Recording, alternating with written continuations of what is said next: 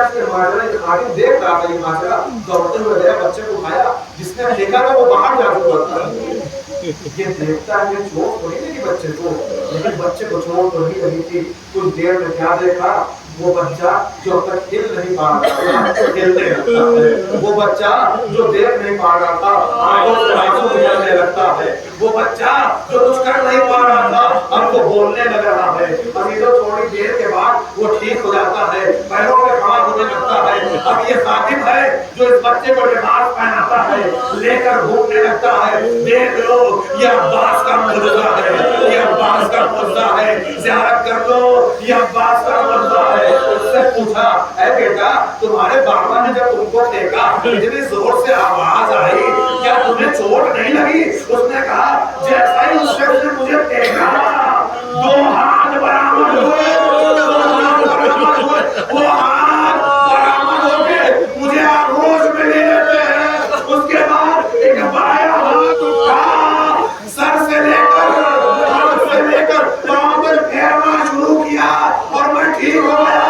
میں کہوں گا ہائے مولا، ارے بازو تو بٹ گئے لیکن اس کے باوجود آج بھی اپنے ہاتھوں سے کرم پہنچا رہے.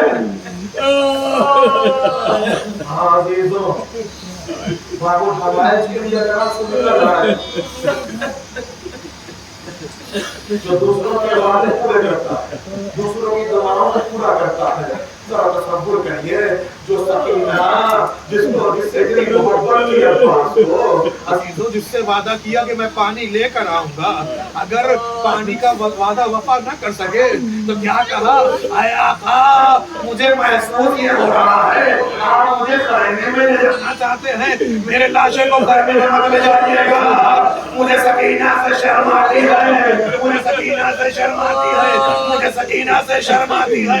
عزیزوں اب حسین لاشے کو چھوڑ کے چلے، علم لے کے چلے، ادھر بھاگی ہوئی فوج سمٹی. ارے کسی نے تلوار مارا، کسی نے نیزہ مارا. عزیزوں علم دیکھا، سکینہ دوڑی، لگتا ہے پانی آ گیا، میرا چچا آ گیا. کیا دیکھا علم ہے لیکن علم ہے لیکن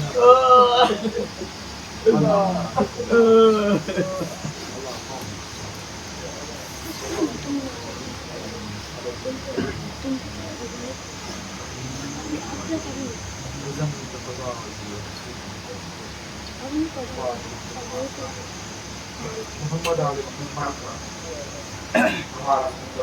عبادت قبول واسطہ ہے. ہمارا جان اشیاء جان مال عزت آبرو عبادت یہ واسطہ ہے. محمد علی محمد فلسطین عراق لبنان سیریا سودان ہر جگہ کے مسلمانوں کو حفاظت. یہ واسطہ ہے محمد علی محمد امام آخر الزمان کے وجود کا. ہم سب ان کے عوام میں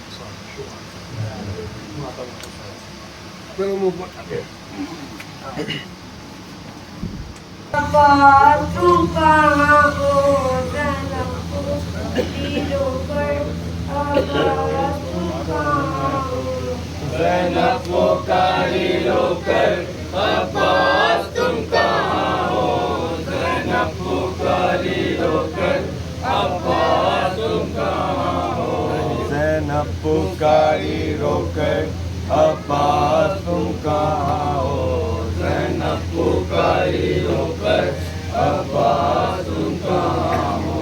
ہوتے ہیں ظلم ہم پر عباس تم کہاں ہو، زینب پکاری رو کر عباس تم کہاں ہو، زینب پکاری رو کر عباس تم کہاں ہو، زینب پکاری رو کر عباس تم کہاں ہو. بس ایک ہی رسن میں 12 گلے بندھے ہیں، ہر ایک قدم پہ بھائی دم سب کے گھٹ رہے ہیں. اے بابا کا دلاور عباس تم کہاں ہو، زینب پکاری رو کر عباس تم کہاں ہو، زینب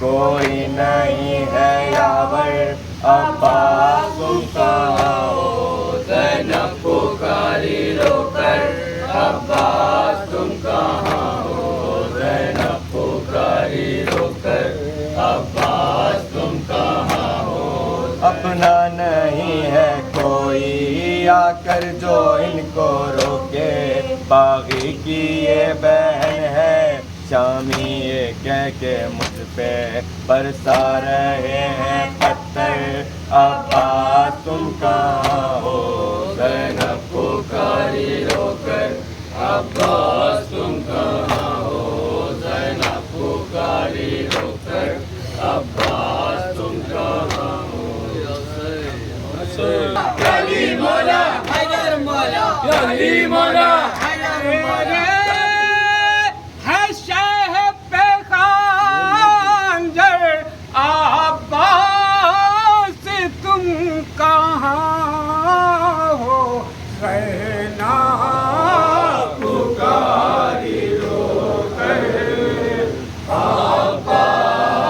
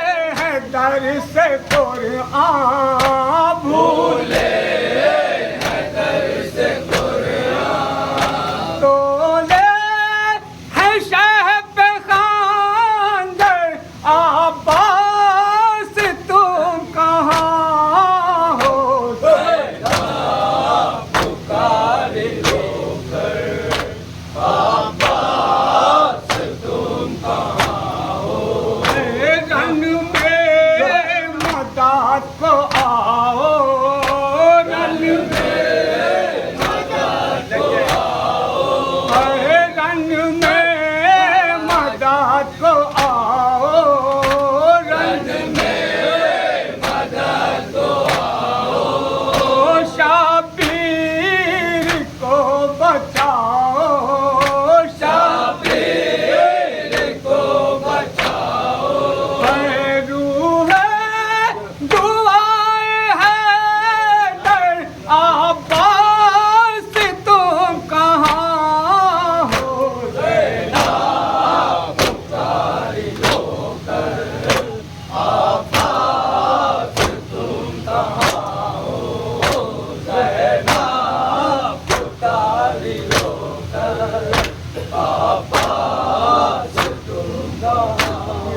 Dale,